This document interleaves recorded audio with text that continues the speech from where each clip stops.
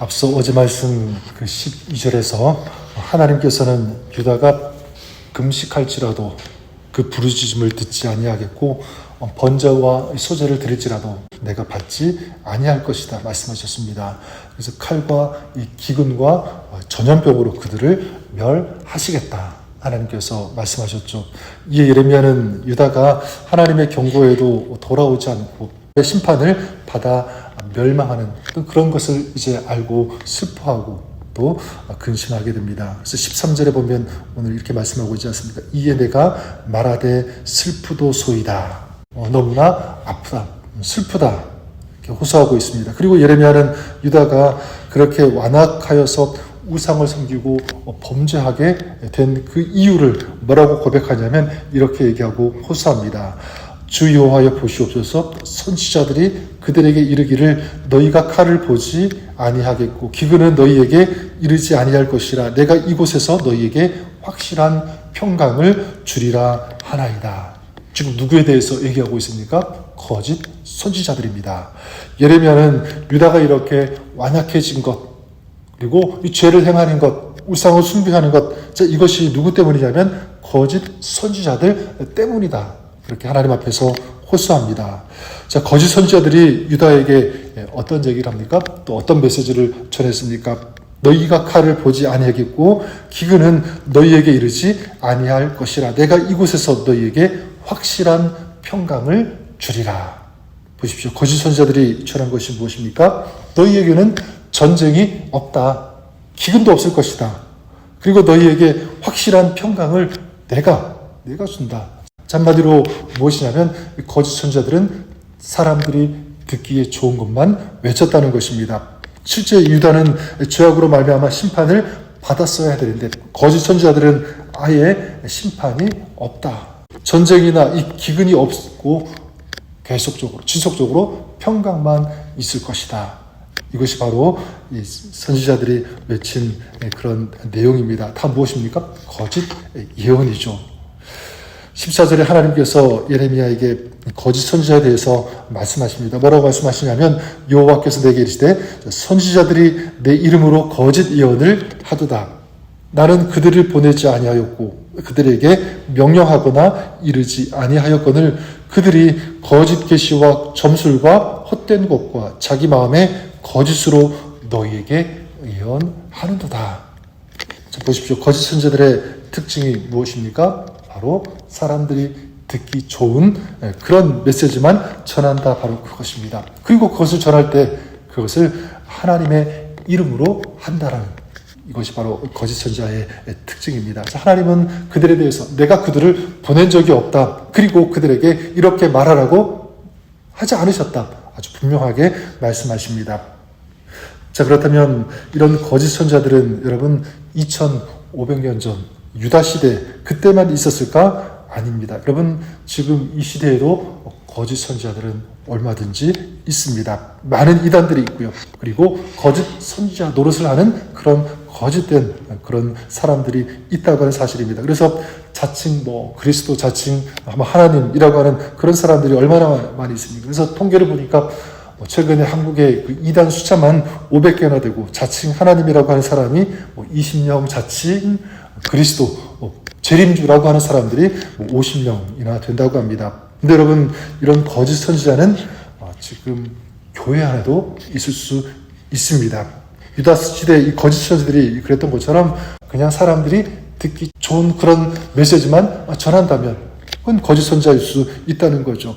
우리가 그런 메시지에 대해서는 경계해야 할 필요가 있다고 생각해요. 좋은 소리, 귀에 듣기 좋은 그런 얘기만, 그런 소리만 전하는 그런 메시지에 대해서는, 그런 목회자에 대해서는 우리가 경계해야 할 필요가 있습니다. 자, 그러면 우리가 한 가지 더 질문할 수 있는 것은 이것이죠. 자, 유다가 심판을 받고 멸망하게 되었는데 이 거짓 선지자들이 예언을 하고 속였기 때문인가?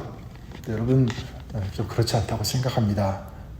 유다 백성들이 이렇게 속고 결국 패망하게 되고 멸망하게 된 그 이유는 무엇이냐면 거짓 선지자들도 문제지만 그런 거짓된 이 메시지를 그들이 좋아했다는 거예요. 그런 메시지만 듣기를 좋아했다는 것입니다. 또 그런 메시지만 들으려고 했다는 것.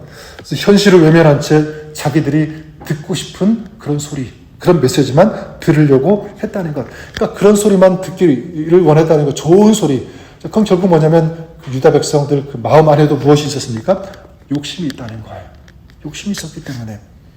자, 그렇다면 여러분, 우리도 우리의 한번 내면을 돌아볼 수 있기를 바랍니다.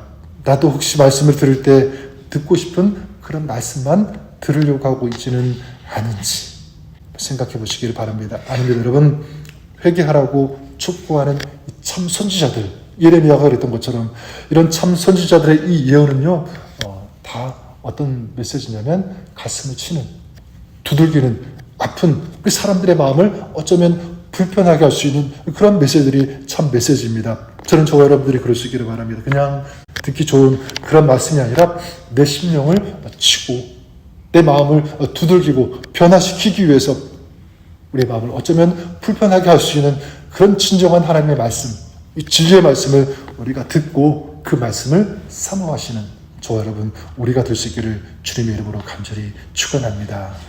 오늘 말씀에서 또 한 가지 이게 메시지가 되고 도전이 되는 것은 저는 예레미야의 모습, 예레미야의 기도라고 생각합니다. 예레미야가 19절, 20절에 이렇게 기도하죠. 주께서 유다를 온전히 버리시나이까? 주의 심령이 시온을 싫어하시나이까? 어찌하여 우리를 치시고 치료하지 아니하시나이까? 우리가 평강을 바라도 좋은 것이 없고 치료받기를 기다리나 두려움만 보나이다. 여호와여, 우리의 악과 우리의 주상의 죄악을 인정하나이다. 우리가 주께 범죄하였나이다. 예레미야는 지금 유다 백성을 우리라고 그렇게 표현하고 있습니다. 우리, 그러니까 유다 백성들, 그들과 나 자신을 지금 동일시하고 있는 거예요. 그들은 그들이고 나는 나다, 이런 식으로 생각하지 않았죠. 같은 이 동일시된 그 마음을 가지고 하나님 앞에 회개합니다. 유다 백성들이 그 지은 죄가 바로 나의 죄라고 얘기하고, 그래서 하나님, 우리가 회개합니다. 범죄했습니다. 그렇게 간절히 하나님의 긍휼, 하나님의 그 용서하심, 하나님의 은혜를 구하면서 기도했다라고 하는 사실입니다. 여러분, 예레미야가 이렇게 아파하면서 눈물을 흘리면서 간절히 이렇게 기도할 수 있었던 것, 어떻게 그럴 수 있었을까?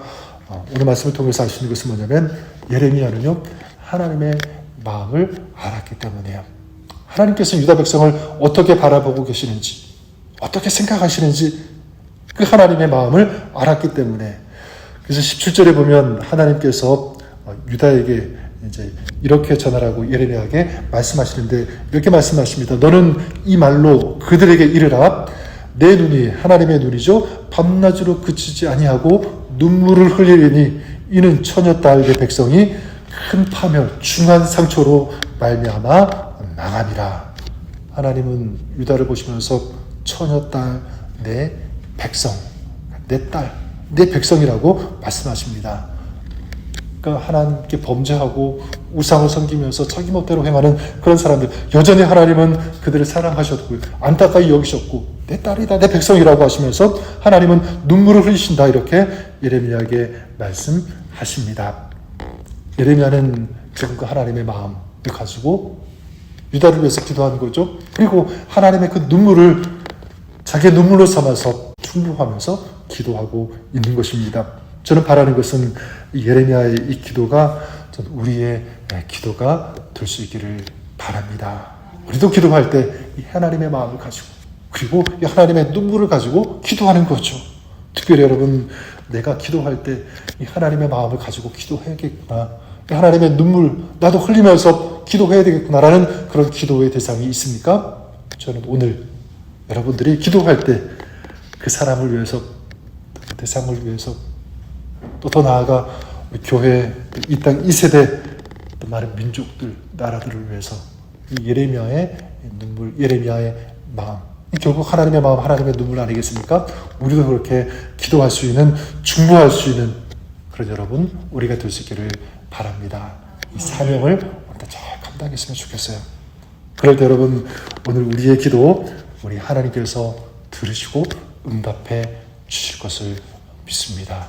그 기도의 삶, 우리 하나님께서 아시고 그 삶 가운데 우리 주님께서 동행하시고 축복해 주실 것을 믿습니다.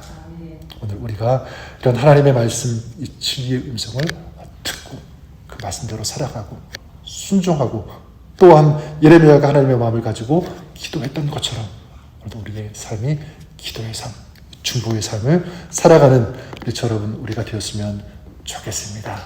그런 마음 가지고 오늘 하루를 시작하는 주님과 동행하는 복된 하루, 승리하는 여러분의 삶이 될 수 있기를 우리 주님의 이름으로 간절히 축원합니다.